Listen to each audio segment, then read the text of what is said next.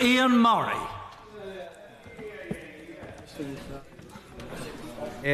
In the chair, and I was incredibly surprised to hear earlier during a point of order in this House that this is an English and Welsh only bill, so maybe that's the first question the Secretary of State for Wales and England would like to clear up as he comes to the dispatch box later. But it is a great privilege to speak on part 4 and day 4 of this bill and the remaining parts of this bill on behalf of the opposition. And may I move Amendment 52, which is the first amendment in my name and that of my honourable friends, and also all the other amendments and new clauses in my honourable friends' names and my name as well. We've submitted 34 amendments as a Labour Party to this section of the bill and 81 amendments to the entire bill itself so far.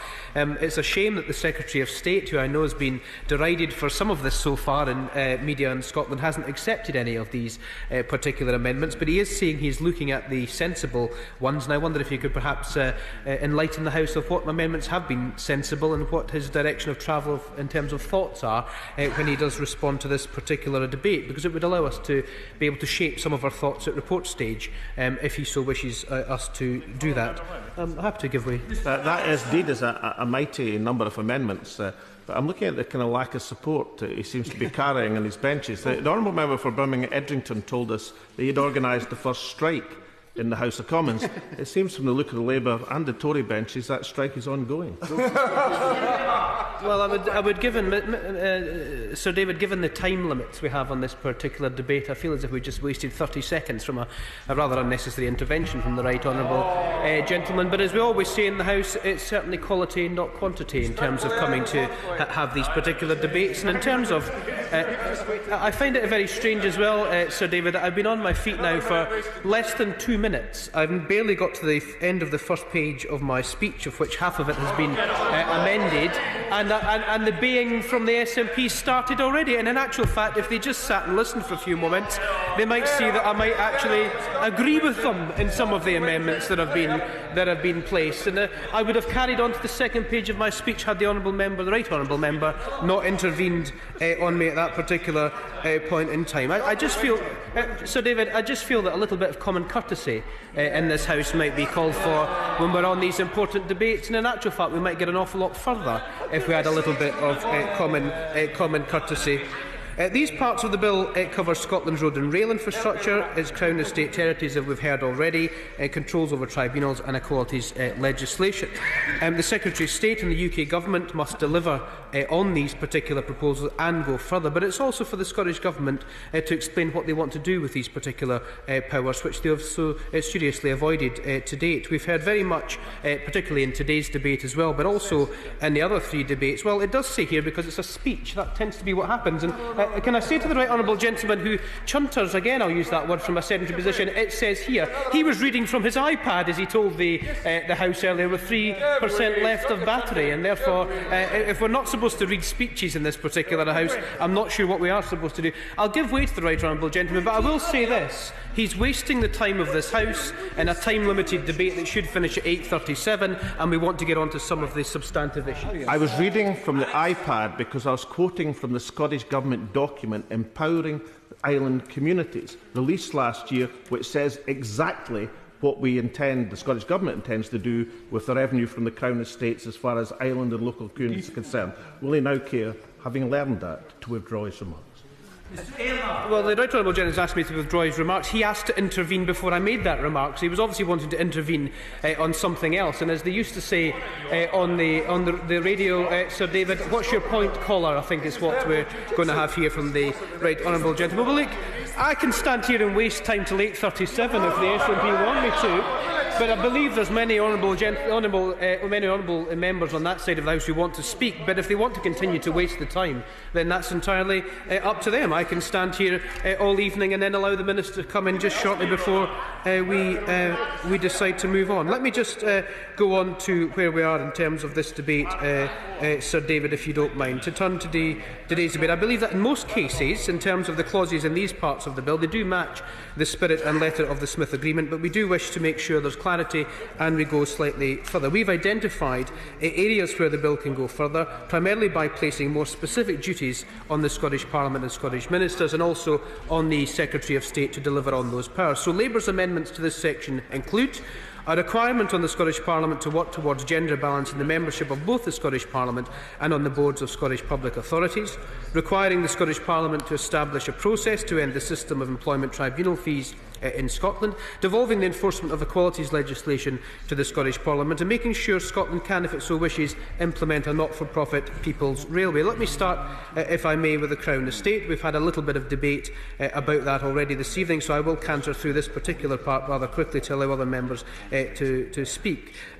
The Clause 31 transfers management of the Crown Estate, Scotland assets and income to Scottish ministers, and that's a critical terminology in terms of some of the questions for the Secretary of State. These assets account for around 3.9%, as we've heard already, of Crown Estate revenues, include several rural estates, commercial property in Edinburgh, mineral and salmon fishing rights, approximately half of the coastal foreshore and almost the entire seabed, including rights on the continental shelf. But crucially, it does not transfer rights over joint investments. There has been considerable local press, and it was mentioned by the Honourable Gentleman for Inverness, Nairn Baddock, correct, yes, and the rest, with regards to Fort Kinnaird in Edinburgh, as it's not owned by the Crown Estate, but it's merely a joint investment. So I wonder if the Secretary of State could, in his summing up, just express to the House and explain why that is specifically excluded when the Honourable Gentleman for Inverness is absolutely right. It would deem to me, even if it is just a 50% shareholding, to be an asset in terms of a shareholding.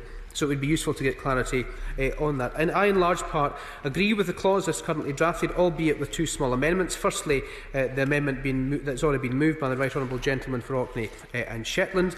I understand the current wording of the clauses because the Treasury requires the consent of Scottish ministers, and I do agree with the assessment that's been made already before making such a scheme. However, once that consent has been given, as I assume it would be in terms of that legislative consent, the wording does not definitely require the formation of a scheme. Our Amendment 52 replaces reference in line 36 to Scottish ministers with the Scottish Parliament. Ministers are indeed transient and the Scottish Parliament is permanent, and that should be recognised within all the clauses of this particular bill. The transfer of Crown Estate assets entails the transfer of staff and tenants to a new employer and landlord, which is critical.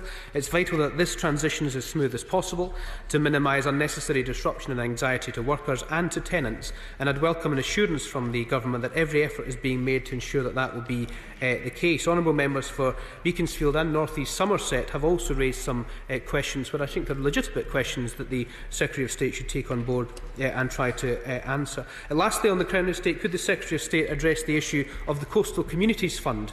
This is not directly funded by the Crown Estate, but it is by the Treasury as part of the revenues of the Crown Estate. Will this continue, or will this transfer its responsibility to the Scottish Government? It's a hugely important fund for Scottish coastal communities, and important to get clarity on that continuation, either paid for by the Treasury or by the Scottish Government.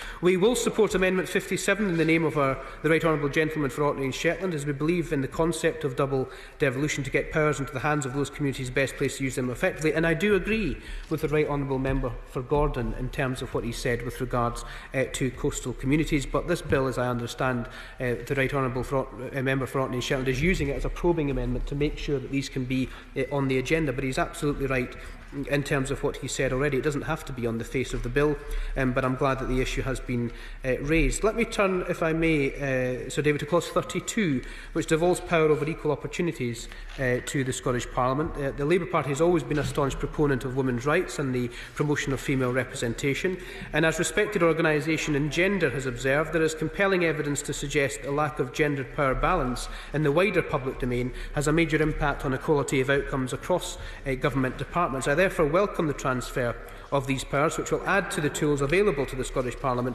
to tackle gender inequality in all its guises. There are very few legislative opportunities to provide for meaningful advancement in these areas, so we should grab these opportunities when they do rise. We've seen that voluntary quotas or non-statutory targets can go some way, but are not as effective as legislation itself. So our Amendment 123, which I move formally, amends Clause 32 to include a specific requirement for gender balance among the members of the Scottish Parliament and members of boards of Scottish public authorities. This will devolve the issue to the Scottish Parliament and allow for it to be debated and properly implemented there. The Scottish Parliament has achieved much to be proud of, but in this area we are lagging behind our European partners, and we should also deal with the dreadful record in this place as well on such issues. In appealing for support of the House on this issue, I would like to reassert my belief that equality isn't a part cross-party political issue, and I want us to work together on this. And I thank the cross-party campaigning group Women 50/50 for their support with this amendment and their It's As Easy as 123 campaign, referring to my Amendment 123, along with new Clause 41, which would require Scottish ministers to undertake and publish a review of the measures they are taking to further help and promote gender equality in the membership of both the Scottish Parliament and on the boards of Scottish public authorities. So, David, let me turn to the new Clause 65 from the Right Honourable Gentleman for Gainsborough, and 56, which I believe may be moved from the Honourable Gentleman for Southport, which proposes the devolution of abortion law and indeed other connected laws with regards to that section of the Scotland Act to the Scottish Parliament. Let me start by saying we will vote against these amendments if they're pushed to a vote this evening, because we believe that a woman's right to choose should be determined by robust medical evidence and not by where you live. There is no reason why women in Edinburgh should face a different experience to a woman in Exeter. Many would argue that the system we currently have in place needs to be improved, but this is best achieved within a UK framework and should be a debate separate from the Constitution. Our opposition is therefore threefold. I'm happy to give way. That's quite remarkable, because all these matters are linked to constitutions of countries. And the limits are different in almost in each and every European country. And why couldn't they be different or the same across the UK if that's what the most democratic forums in each part of the UK chose them to be? I'm surprised, Honourable Gentleman, with his negation of democracy. Mr. Aylmer. Well, the next part of my contribution is indeed why I explain our opposition to having that particular issue devolved across these islands. Well, the Northern Ireland issue, as I hear him again chuntering, is something that I'll come on to. This is an incredibly serious issue that we should discuss in this House in a very sober and proper, mature manner. And these are significant issues, whether you're on the side of pro-choice or the side of pro-life. These are incredibly important and sensitive and emotive issues that I think we should give due consideration to. So let me lay out why I think our opposition to this particular devolution is threefold. Firstly, we stand with the 13 organisations from Scottish civic society, including Amnesty International, Scottish Women's Aid and the STUC, who have called on us to vote against these amendments. We share their concerns that this proposal has not been properly consulted on and on existing evidence could lead to harming a woman's right to choose. In the statement they have sent to all members of this House, they concede, and I quote, "Women across the United Kingdom have fought for women's bodies to be their own and to this day fight opposition to a woman's right to choose. We do not wish this amendment to open the doors to those who seek to undermine this right." I'm happy to give way. Does the honourable member think seriously that the Scottish Parliament would disregard those sentiments or those issues he's just outlined? Well, I don't think the Scottish Parliament would disregard the issues that I have just outlined, but I think in terms of what the Smith Commission proposals had in place, but also in terms of the cross-border issues, I think it's worth a proper consideration in the light and spirit of Smith with regards to the devolution of abortion, rather than it just being about the devolution for the sake of that being devolved. So let me move on to my second reason. I'm happy to give way to Can I just have his view on the logic of allowing the Scottish Parliament to deal with assisted dying just as a motive and important issue, but not deal with abortion? Well, that is indeed the framework of the Scotland Act of 1998, which indeed, well, devolution in a lot of instances isn't logical in that sense, because people... I'm answering the Right Honourable Gentleman's intervention, if you don't mind. If you want to intervene, I'm more than happy to allow you to, but let me answer the Right Honourable Gentleman's first. In terms of that, a lot of devolution is illogical, because in actual fact that's how devolution works. But what I'm laying out here, if I'm allowed to get to at least the second and third issues, in terms of why we oppose the devolution of abortion at this stage, is purely because we're being asked to oppose it by the women's organisations in Scotland. And secondly, if you don't mind if I move on to the second reason, is because the Smith Commission clearly stated, and I quote, "A process should be established immediately to consider the matter further." This has not happened. On the 21st of July, a Scottish Government spokesperson told the BBC that talks had begun with the UK Government ministers prior to the election regarding the devolution of abortion law. I would welcome an intervention from the Minister, or indeed anyone from the SNP front bench, to inform the House about these discussions that have taken place so far. But the Smith Agreement is clear, and that promised process has not emerged. So for the second reason, in terms of this not being a proper process that Smith asked for it to be, I do understand that this issue was put on the table at the Smith Commission rather late in the day, and the agreement around the table was that there would be a proper process of discussion and debate and dialogue before any particular constitutional issue or any law changes were put in place. I'm happy to give way to the Honourable Lady. Does the honourable gentleman not think that this could be the start of the process? If there is an agreement in principle that these powers would devolve, then that discussion can begin. If we throw this amendment out, it will disappear. Well, we just have a point of difference in terms of how we interpret this particular issue. I think the 13 organisations who have written to us, who are experts in this field, and asked us to vote against this particular amendment, we should listen to them. And I don't disagree with the Honourable Lady. Everyone has their own views on this particular issue, but also on the devolution process. And I just feel, weighing up all those particular issues, we should listen to what those 13 women's organisations have said, go through that proper process that Smith outlined, and see where we go in terms of those issues. Because the third issue that I was coming to was the fact that the UK already has a two-tier system for women seeking abortion with a different legal position in Northern Ireland. This has been heavily criticised by human rights organisations and by the United Nations, and we do not wish to create yet another category of abortion in the United Kingdom that could fall foul of those particular issues. That's not to say some point in the future the devolution of this might be desirable or may not be desirable. Let's go through that proper process. So, David, the devolution of abortion law would mean the Scottish Parliament having to start from scratch. The law is established and operating effectively in the United Kingdom. It should continue to operate across the UK and be determined by the best clinical advice available. Let me turn to Inequalities Enforcement, new clause 64, which would fully devolve responsibility for the enforcement of equalities legislation to the Scottish Parliament. An important principle of devolution is that it should not lead to the exercise of power becoming disjointed across nations. As I know some of my honourable friends will make abundantly clear and have done so, we believe that legislation on employment rights must remain consistent across the United Kingdom in a single market in order to avoid any erosion of those rights and a subsequent race to the bottom on pay, terms, conditions and indeed practices. To quote the Trade Union Congress, the TUC, directly, and I quote, "Any move to devolve responsibility for employment and trade union rights could have profound implications not just for working people in Scotland, but across the UK as a whole. We strongly counsel against a race to the bottom, with the Scottish and Westminster governments competing to attract investment by promoting a more deregulated labour market." And that's what we see right across the world in terms of competing markets and competing labour markets. I agree. Let me just finish this particular sentence. I agree with the TUC on this, as we do not propose to devolve employment law. It would be neither consistent nor desirable to devolve equalities legislation alongside it, because they're inextricably linked to employment law. I'll speak about a specific issue in an amendment new clause on the national minimum wage at the end of my contribution. I'm very grateful to the honourable member giving way. He's quoted the TUC, but in various debates in the Scotland Bill, he's quoted the STUC. Can he confirm the STUC's position is clear and that employment law and health and safety law should be devolved to the Scottish Parliament?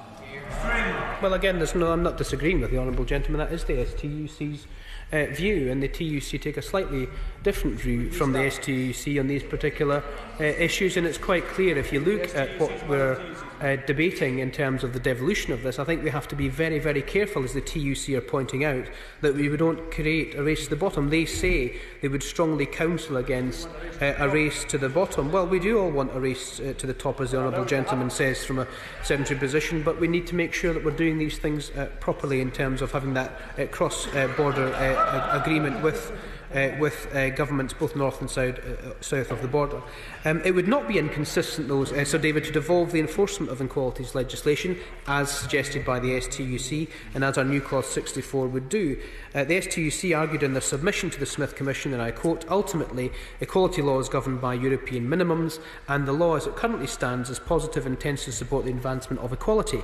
The major barrier to achieving equality is therefore not the law, but practice, culture and indeed discriminatory attitudes. Therefore, enforcement is key to advancing equality, and major gains could be made if enforcement was carried out in line with Scottish expectations and the needs of the Scottish economy." And that's the STUC. I hope that members will recognise the logic of this assertion and support new clause 64, which would allow for the creation of a bespoke enforcement regime in Scotland, which takes full view of the distinct nature of Scottish equalities landscape, but within the UK and EU legislative framework. Let me move very briefly, if I may, Sir David, to the employment tribunals and move to clause 33 in my name, which devolves to the Scottish Parliament new powers over the administration of employment tribunals. My Amendment 54 would add a specific requirement on Scottish ministers to initiate a process in conjunction with ACAS and the Scottish trade unions to end the system of employment tribunal fees in Scotland. My amendment is no different or barely different to the amendment in the name of members of the Scottish National Party in that particular sense. We all wish to see the end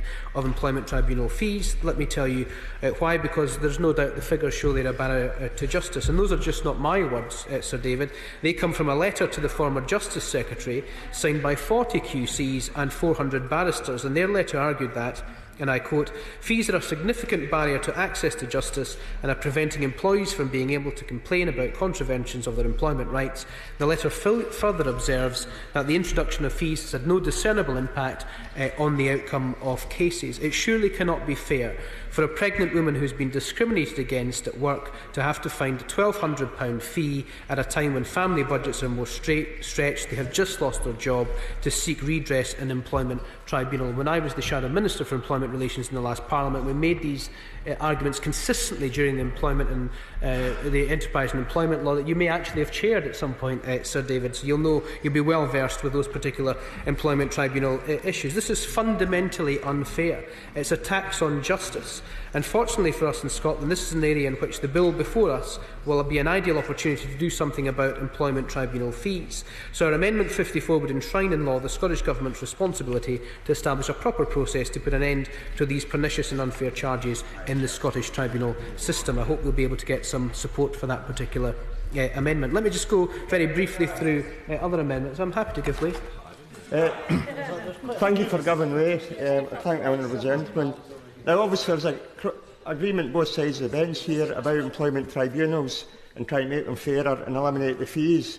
But it's honourable members' strategy not completely wrong then, when they want fairness in Scotland that can't be introduced in England, which is at odds with the arguments about solidarity both sides of the border, and the picking and choosing what the honourable gentleman will support and what he won't support, because that seems to me, it's a lack of strategy rather than a strategic approach. Well, this is about in terms of paying a fee to enter the employment tribunal system, and for the Scottish Parliament to have full control of how that system operates under with the legislative framework of the United Kingdom. That is the way that a lot of these issues work in terms of health and safety, in terms of the Scottish court system, and that's the way in which the justice system in Scotland, which has always been independent from the rest of the UK, has operated. And I think that's a perfectly fair way for devolution to work. In terms of other amendments to this section, Amendments 159 and 60 deal with the issue of fixed odd betting terminals and the supervision, inspection and enforcement of the Gambling Act. My honourable friend from Hyndburn, if he's able to catch your eye and in the chamber, may go into this in much more detail. Let me just touch a little bit on our new clause 22, because the honourable member for Ayrshire and Arran, I'm not sure if she's in her place this evening, did raise this in an earlier committee of the bill about the Scottish Parliament controlling much of road safety, but it does not currently have legislative competence over pavement parking. So, having not brought forward an amendment to sort this out, we've proposed new clause 22, which has the full support of charity Living Streets, which would rectify this particular anomaly. The amendment intends to ensure that parking offences in relation to parking on pavements, at drop curbs and double parking can be enforced by the Scottish Parliament, and I'm grateful to Living Streets for bringing this to our particular attention. As someone who spent a day with the guide dogs in Kirstofan in Edinburgh, having been blindfolded, it's something we should all take cognisance of in terms of the way that people who have sight problems are able to get around our towns and cities. Can I quickly mention clause 39 and ask the Secretary of State a particular question, because clause 69 devolves executive competence in relation to the policing of railways in Scotland by specifying a cross-border authority, the British Transport Police Authority. This clause is in keeping with the Smith Agreement. However, what was not part of the agreement was that the British Transport Police is being devolved in order that may be abolished. This is what is now being proposed by the Scottish Government, who want to transfer the British Transport Police existing functions to Police Scotland. Abolition is being vehemently opposed by the unions and by the British Transport Police themselves. Their strong views should be taken into account. I wonder if the Secretary of State would comment on that particular issue when he's able to do so. Finally, can I move a new clause 63 to give an assessment by the Low Pay Commission of the Scottish Parliament having the power to alter the national minimum wage rates for Scotland. The national minimum wage is one of our proudest achievements of the last Labour Government, and we will defend it to the death. However, it has become a maximum wage for too many, and we must encourage the private sector to move beyond minimum wage to a living wage. Low pay is one of the biggest political issues of our time, particularly in the run-up to the current budget with regards to the cut or the perceived proposed cut in tax credits. I'm happy to go through. Thank you very much, Mr Chairman. I'm anxious to know why Labour wanted control over the minimum wage in Scotland in the hands of the Tories. Well, the minimum wage in Scotland isn't in the hands of the Tories, it's in the hands of the Low Pay Commission. And what we are doing in terms of our new clause... Well, I don't know if the honourable gentleman realises, but it's the Low Pay Commission that recommends the rate of the national minimum wage to the government. And as someone who sat on the statutory instruments in terms of the Low Pay Commission's recommendations that have gone through, we would like to see those going further, but it's up to the Low Pay Commission to set those rates. And what I would say to the honourable gentleman, that we had a firm manifesto commitment. We had a firm manifesto commitment to ask the Low Pay Commission to increase the national minimum wage over a period of time to 58% of median earnings. And we just have to be quite careful here. And this is what our new clause 63 is about. And if he reads new clause 63, he will see that, because there is we have to be extremely cautious that we don't undermine the national minimum wage by devolving it to Scotland. Our new clause 63 is perfectly clear on what we're trying to achieve here by asking the Low Pay Commission to look at a full analysis of the consequences of this. And if you don't believe my words, let's have a look at what we've received from the Bakers Union today, who actually said, and they're promoting a £10 minimum wage, so they have no axe to grind. Let me just finish this particular point in terms of our particular policy on 58% of median earnings, because they want to go much higher than that, and they've been campaigning on that rather successfully for some time. But they say that devolving the national minimum wage to Scotland could actually enable David Cameron's government, the Prime Minister's government, vision of low pay in some regions to come true, particularly in northern constituencies and in Scotland. And they also say we need to be extremely cautious over the demand for devolving powers surrounding the national minimum wage. This move would bring about an end to the national minimum wage in Scotland. What we're saying here is to be absolutely cautious in terms of what we're trying to do. And I would ask the honourable gentleman to read new clause 63 before he intervenes again. And I will allow him to intervene again if he reads my new clause 63 before he does so. I'll give way to Honourable. I thank him very much for giving way. I think one of the key points of our age, as has been mentioned, is low pay. I think the minimum wage is absolutely in need of being undermined because it undermines the lives of people. I would be quite happy for the Scottish Parliament to increase the minimum wage in Scotland and fundamentally undermine the minimum wage so that the embarrassment of poverty wages is eradicated right across the United Kingdom. Well, that's exactly what we want to see, is the entirety of poor wages across the United Kingdom to be resolved.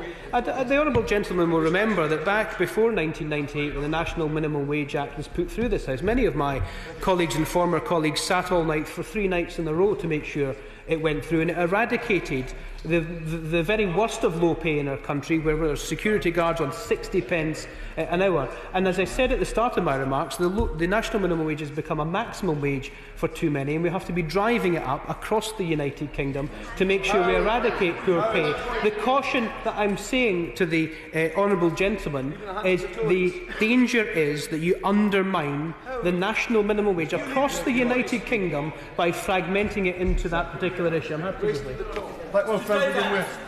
As somebody who was one of the first people to give evidence to the Low Pay Commission back in 1998, I do have some knowledge about this. Can I say the one thing that the unions up and down this country, up and down these islands, have always stuck with is do not vary the rate on a regional or sub-national basis. It has got to be kept at one complete and utter rate across the whole of the United Kingdom, because if it isn't, it will open the door for people who want to undermine and claim the people opposite. And my honourable friend is absolutely right. There's no bigger champion in this place for workers' rights, for the national minimum wage and for union rights with regards to making sure we can deal with poverty pay in this particular issue. Well, if the honourable gentleman wants to read new clause 63, I'm happy to let him intervene again, but he's obviously not, because he doesn't realise that new clause 63, if he would allow me to go on to explain what new clause 63 does, asks for the Low Pay Commission to do a full analysis on the potential consequences of fragmenting the national minimum wage across the United Kingdom. That is something we all wish to see on this side of the House, of all colours, because if we undermine the national minimum wage, we undermine the entire structure of low pay in this country. It's terrible that Labour only see the national minimum wage as something that's to be undermined. It's something that's to be bolstered. And what does he think the effect of on the national minimum wage in England, Wales and Northern Ireland would be if it was to be increased in Scotland by, say, 10%? What would the effect be? Would drive it higher? Well, actual fact, what the honourable gentleman just said in his intervention is exactly what it says in my new clause 63, to allow the Low Pay Commission to look at those particular consequences, because the consequence of undermining that particular political consensus on the national minimum wage is fragmentation and a race to the bottom. The TUC have been pretty clear when they said yesterday, Monday the 6th of July, they issued a press release that says, and I quote, "It is also a completely false economy.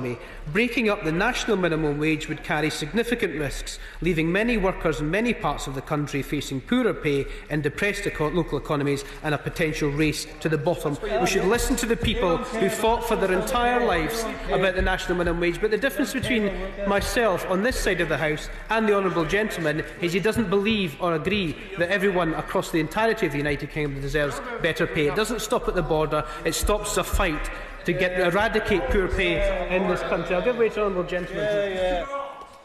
Has the honourable gentleman completely forgotten that some of the biggest advances in progressive social legislation that England has seen in the last 15 years happened after and only because they were introduced in the devolved administrations in Scotland, Wales and Northern Ireland? The right of workers to work in a smoke-free environment wouldn't happen in this place had it not happened in the devolved assemblies and parliaments. A very good point. The right of responsible access to the countryside happened in the devolved administrations, otherwise it would never have happened here. Freedom of information would never have happened here had it not happened first in the devolved administrations. Does he not understand that trusting the people of Scotland to elect a parliament that believes in a legally enforceable minimum wage that matches the working wage, the living wage, is the quickest and surest possible way to make sure that workers across these islands are able to enjoy a living wage, rather than expecting them to trust a Conservative government to introduce it for them? Well, it's quite clear, Sir David, that what the strategy is of the Scottish National Party is not to discuss these issues fundamentally and risk undermining the national minimum wage, but merely to paint people as being in the pockets of other governments or other political parties, rather than having a proper debate. And can I just say to the honourable gentleman in his intervention, he's right.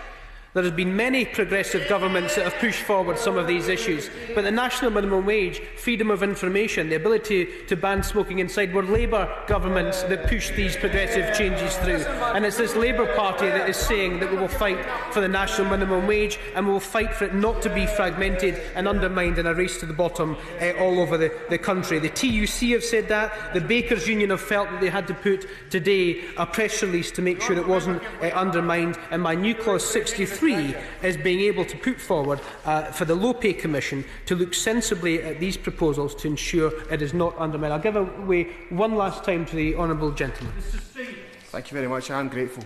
He has mentioned the TUC and the Bakers Union's view.